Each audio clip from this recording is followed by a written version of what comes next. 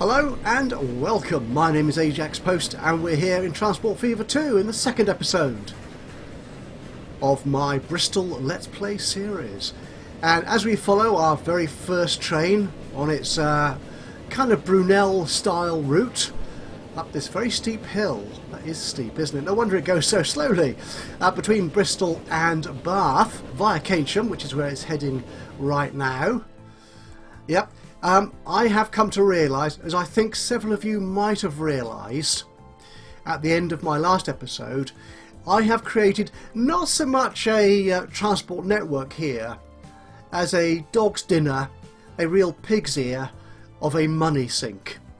I am losing money hand over fist, and despite the fact that my road vehicles are making a modest amount of money, they're never going to recoup the costs.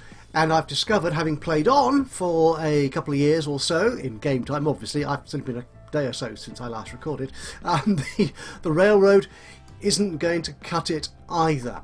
Now, you would have thought that having played Transport Fever for a couple of weeks or so, I might have got some idea of how the game actually worked, and indeed I have. But I got so wrapped up in recreating Bristol, and despite saying I'm not going to make it accurate, I did try and make it a little bit accurate, and that was the downfall. I wasn't paying attention to the actual mechanisms, the demands, requirements of the game itself.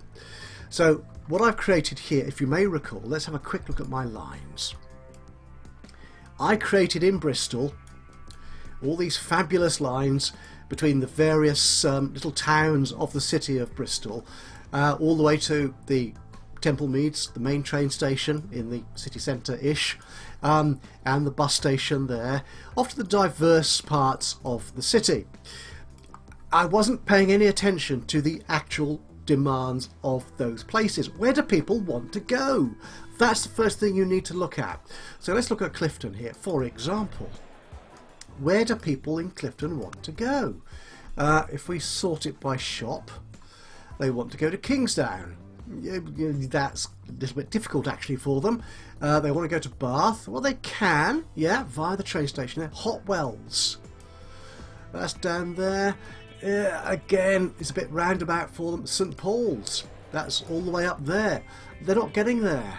Likewise for people, say, in Redcliffe. Where do they want to go? Let's look at their work. Bedminster. They could, via the bus station, kind of, yeah. Bristol. Oh, actually, that's quite good. They could do that. Brislington. No, they're not going to Brislington. So, what I've decided to do, having played on, as I said, for a couple of years in the game, and realised this network simply does not work, I'm going to be more intelligent about it. And what we're going to do is we're going to redraw a number of these routes and make them more focused on the actual localities themselves to get the passengers within these little suburban parts of Bristol sorted out and actually direct them to places they want to go. And what I'm actually going to do is I'm going to mothball the railway line, I'm afraid. I think it's going to be too expensive to actually get rid of the actual stations and track, but if we get rid of the train itself, which I think, where is it? It's there it goes. It's currently worth around £750,000, so that will bring me back into profit just about for a bit, and we will rebuild this network so it's more sensible in terms of the actual Transport Fever 2 game. And I will also, because lots of people have said this and I've heard them and simply ignored them, is the best way to make money early game is to get a good simple cargo network, a cargo route set up, because that way there's good money to be made. And there are a couple on this map. The map actually, the way I've created it, isn't terribly friendly when it comes to creating simple freight routes, but there are a couple of areas where we can do it, albeit with stagecoaches rather than trains. At this time, we're still in 1851, So we still have the very, very slow horse-drawn carts around to use. So that's what we're going to do. So I'm going to redraw this map, then we'll come back, have a look at it, and then I'll start setting up the new routes, and hopefully you might see me starting to make money. I'll be back with you just after this little video effect. Don't go away now. Be back with you soon. So here we are, and having spent some time rebuilding my routes, resetting my routes, some of them are still quite long, and they do intersect with what we have seen to be these major congestion points. But I'm hoping that now I have spent some time and tried to base them around actual passenger demands for destinations, they will be much more profitable. Well, they will be profitable, is the idea. One concern I have is this route here. Although these towns do have a fair amount of Redcliffe, Brislington and Keynsham, they do have a fair amount of shared destination demand. It is quite a long route for these wagons. So I put another 3 stagecoaches on there. Hopefully that will tackle that demand. Likewise in Bath, I had to put in a couple of roads and set up the slightly longer routes to Oldfield Park, which for some reason wasn't connected at all. It must have happened when I was building the map. There was a main connection, I think probably here. You can just see the ground deformation, whatever the word is, you know what I mean, I think, which connected it to the main road, was deleted when I sort of removed something from the map. So it was totally disconnected from the rest of the network. So I'll put a bit of road in there. That's connected it to Bath, and hopefully we should see some demands popping up for that Oldfield Park. Do you want to go anywhere? Someone wants to go to Bathwick, which is good because I have now added Bathwick into the Bath line. So that's a brand new line down there. Okay, so that's the passenger network sorted out. Let's have a look at the cargo network. Now there's a couple of reasonably good, relatively easy locations I think to tackle cargo. So I'm looking first off for single 2-step cargo routes, a resource to a final product to a town. So quarry, stone and construction materials is one of those. I mean, both these towns here are within easy reach of that construction materials plant, so that would be good.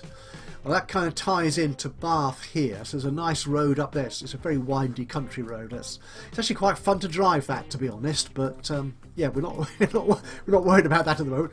Another one here is similarly a conmat plant and quarry going to these 3 towns down here on the coast, which is quite some distance from Bristol. But I'm wondering if that might be a fun place to start, actually, because that looks altogether easier and quicker. I just need a bit of road here, I think, to connect the quarry to the conmat plant, and we're away. Should we do that? Let's do that. Okay, some country road, I think, to start with. If I do that there, that's 33 in all. How cheap can I make that? About 11.8. Okay. Oh, that's a lot more expensive. If I take it down there anyway. But it's cheaper going up there. It's a bit of a stretch. Don't appear to have any particular contours there. I think this part of the country is fairly flat, so that should be okay. Yeah, I think that should be alright. Okay, buildings, cargo. Right, what do we want here? We do need a proper stop because we're picking stuff up. Again, do we need a big one? No, that will do. So we're only picking up one product. 74. Take that away. That's more like it. 49, 50. If I get it as far away as possible, as cheaply as possible. Is that possible? Doesn't look like it is. Well, it's talking about 50. Okay, let's slip you in there. Now the conmat plant we will definitely want 2, possibly 3 platforms in here. What if I put them all on one side? How does that... Ooh. Okay, I've run out of money. Right, we do need to extend our initial loan of 5 million. 5.5. What was I doing? Cargoes. Okay, so that's 99.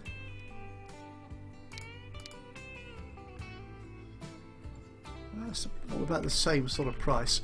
Actually, what I could do, if we put that like that, so it comes in one side and goes out the other. I wonder if we had a road coming out the back, if that might help.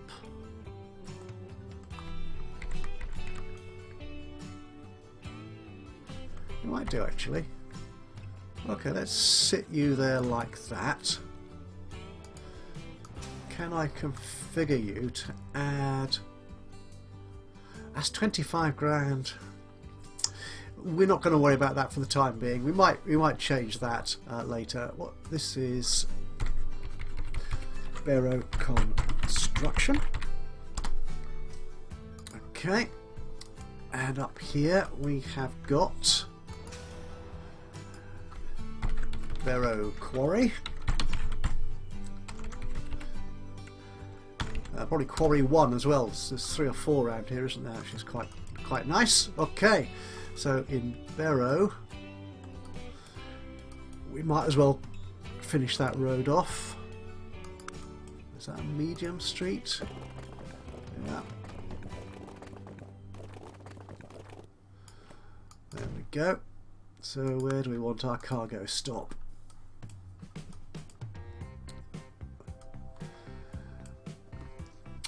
It should be nice if they could turn around. Well, no, we'll have them go through the town. Whatever. Actually, if I put that there.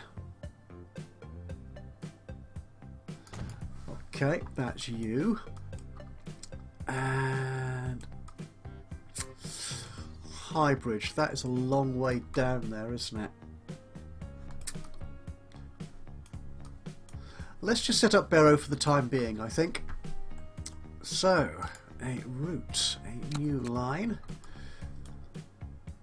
from Barrow Quarry to construction. This will be the stone supply line. Another new line going from there to there.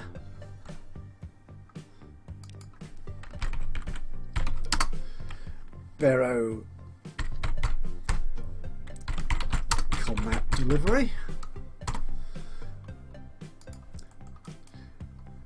I'm just wondering how limited the street naming file is in Transport Fever 2, because there's so many places with the same name, same streets with the same name. We saw that in the Bristol area. This is the High Street. Well, it would be if I could spell it correctly. There you go. Done. Right, and we might as well stick our depot.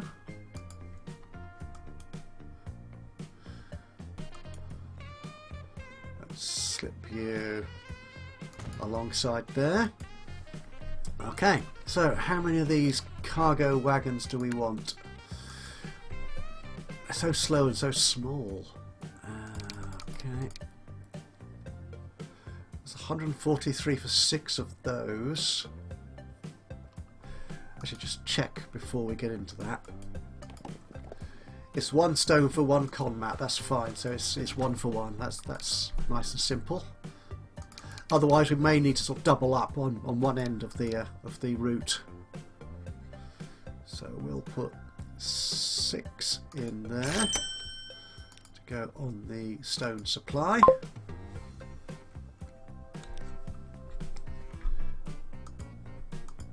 What I'll do is I'll buy just for the combat delivery.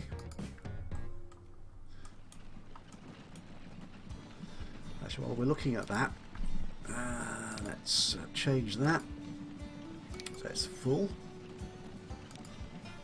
Oh, now, since the last episode was recorded, we have had what they've called a stability update patch from Urban Games, which it fixes a lot of crashes that people have been experiencing with the release version of the game. But they've also added a few fun new features, one of which is this level here. Now, what I'm thinking of is if we're looking at a mixed consist vehicle, particularly like a train, where you've got lots of wagons which could carry different types of cargo, to make sure that they pick up the appropriate mix of cargo, you can actually set the level here. That's how I'm assuming it works. I've not tested it yet, but that hopefully will resolve that, because in Transport Fever 1 we did have the mechanism. Why are they waiting here? Don't. Oh, is that because I've got the full... Don't. Okay, don't. Oh, that should unclog it. Unclog, thank you. And I don't want the red numbers either. There we go. What was it? Oh yes, in Transport Fever 1 you could actually define each wagon, what it would actually carry in terms of goods.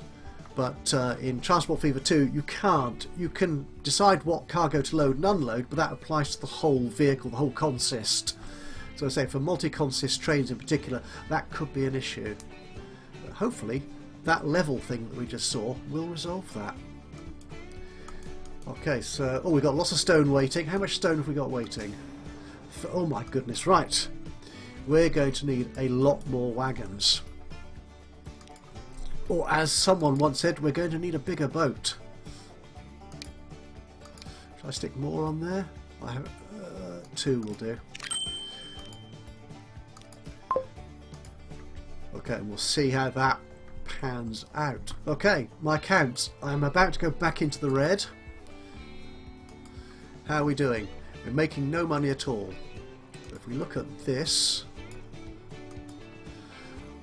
Nope, nobody's making money. Well, that's hardly surprising. We have only just set these lines up. So it will take a while for them to get into place. Where's Bristol? I've lost Bristol. How could I lose Bristol? So how fast is our traffic? Are our wagons travelling? They're travelling quite fast here because they're outside of this main congestion zone here. Yep. So hopefully by avoiding that, my vehicles won't be so slowed down that they'll be able to make profit, be able to make money. Okay, is anybody carrying anything? Which of these tells me? Okay, so Cajun to Bristol is carrying stuff, with the stone supplies carrying. South side, yep, Bathwick, Bristol. Oh, right, yes, we are getting full capacity on some of our routes. That's a very good sign. Look at that.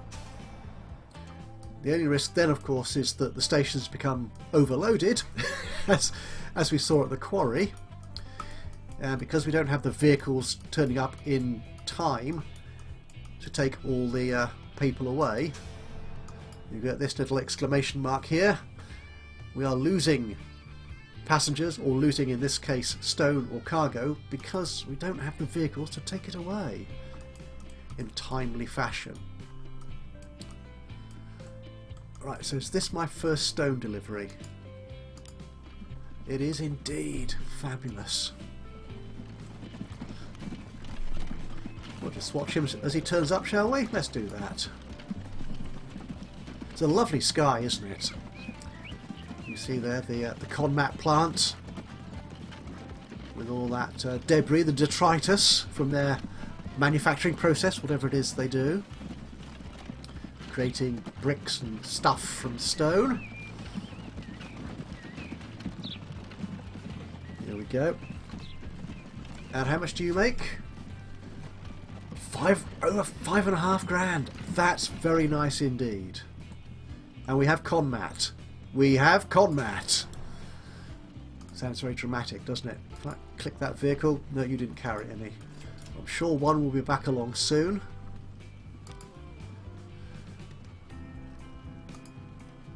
Okay, the railroad, of course, is just... I'm going to be losing money on that for maintenance. And hopefully, I can cover that with profitable road routes. Otherwise, I'm going to have to take out a loan to actually remove those buildings. But we shall see. Hopefully, this is going to be a nice little money spinner. He said. Let's get back to Bristol. My passenger networks. How are we doing up here? Right, we're still losing lots of money. Good. Ooh, we do have a passenger route, the Cotton route, here, which is making money. That's quite nice. Full carriages. The Redcliffe... Oh, there's nobody on the Redcliffe line. Oh, bother. I remember, I think I set that one up, but I hadn't actually put vehicles on it at the end of the last episode. Oh, rats. Am I going to need another bit of loan?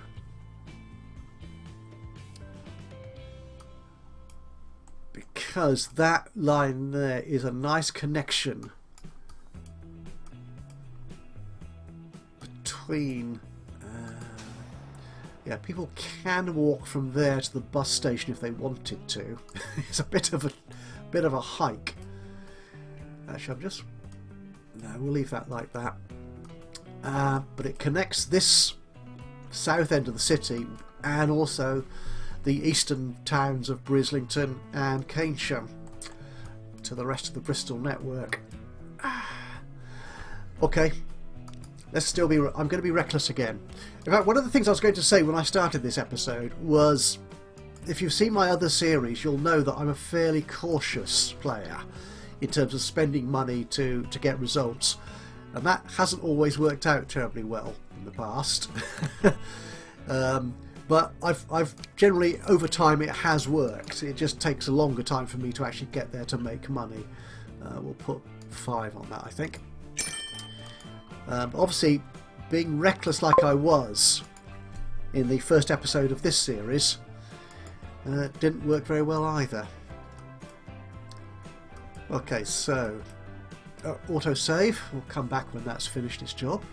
Right, yeah, so what I was going to say, I was just going to have a quick check of our growth here. Okay, so yeah, that's the street traffic. So as we can see from the street traffic overlay, yeah, that's a major issue. That whole main route there from north to south Bristol. I'm not quite sure there is that road as such. Don't think there is a straight line road. There are a couple, but it's not quite like that. Okay, Redcliffe, you're plus 70%, that's okay. Hotwells, plus 90% growth.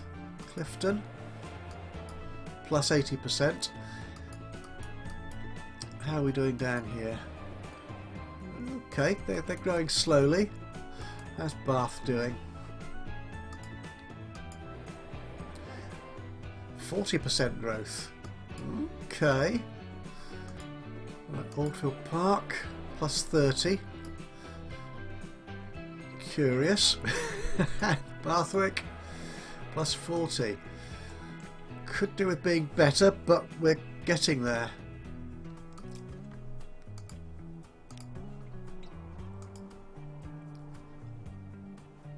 Okay, we're still losing money. We're only at the beginning of the third year, April 1852.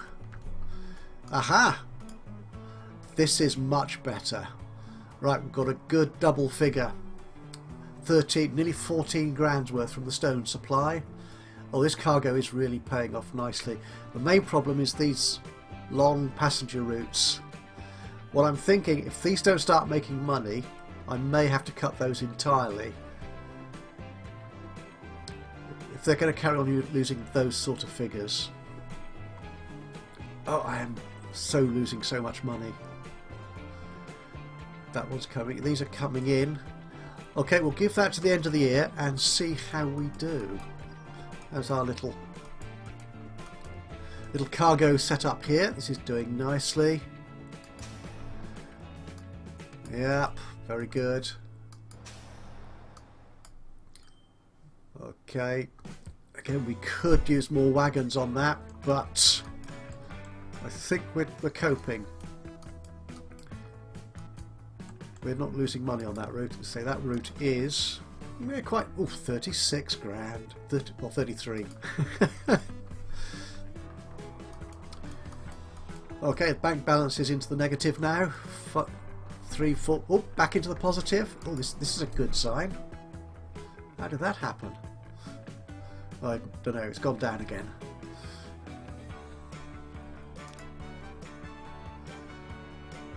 Oh yeah, some of these lines are working very well. Redcliffe will get better, I think, because that's so new. Okay, it looks like we might be turning this around. I'm feeling a little bit more positive now. It's such a shame that we had to get rid of the train. I did try in one kind of play on from here, because what happened was that people did not want to travel from Bath to Bristol, and nobody in Bristol or Keynsham actually wanted to go to Bath for some reason. Possibly because there was no growth in the cargo demands. Possibly. So having no passengers at all between Keynsham and Bath in either direction, it was just throwing money away basically. And after a little while, the number of passengers between Keynsham and Bristol dried up as well, somewhat. So the whole train just became a horrible expense. A bit like my whole network at the moment. Okay, how are we doing? Okay. We lost slightly less last year than we did the year before. That's not saying a lot. Alright, yep. These are doing better. It's disappointing that these routes, like Bath Oldfield, are full but not profitable. That's disappointing. So the question is, could more wagons on there deal with that? So if we go to that route, so who have we got? That's Stanley Road here. Yeah, we've got 21 people. Yeah, it could be. We need more wagons. And that means more loan, which means more interest payments, which I'm kind of loath to do.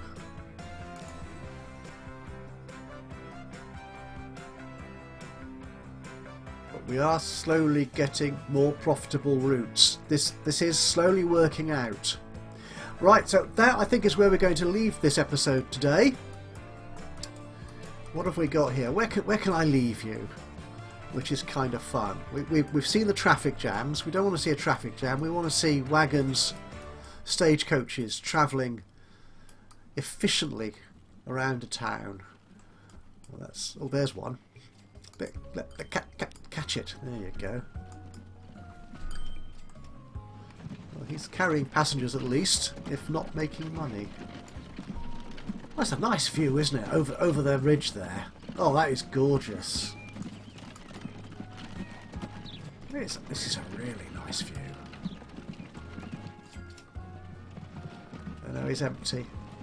Okay, right. So we may still see more cutting of lines in the next episode. I'm feeling a bit more positive though, despite the fact my bank balance is still heading downwards. Actually, let's run through to the end of the year. Just see how we're doing. How many people do you have? None. That's not good. Pick people up. So we come to the end of 1853. We've hit 1854. So how's my... We lost less money than last year. The railroad, it looks like I might need to actually break that. Remove those assets. But the road is not quite as unprofitable as it was. Okay, so that's looking better. That is looking better. Right, thank you very much for joining me today. I hope you've enjoyed this episode and my struggles to attempt to make profit. Hopefully in the next episode we will actually see he's picking somebody up. Go on. Thank you. We will see some money being made, some revenue and some profit. But for now, from me, Ajaxpost, here in Transport Fever 2, if you've enjoyed this, it'd be great to hear from you, either by simply liking, click on that old thumbs up button, or even better if you've got some thoughts, suggestions, recommendations, criticisms even. It'd be great to hear from you. Just drop a note into the comments box below. And of course, if you've not already done so, please do subscribe to the channel, and that way you'll know when I upload another one of these or any of my other Let's Play videos. But from me, until then, bye bye for now.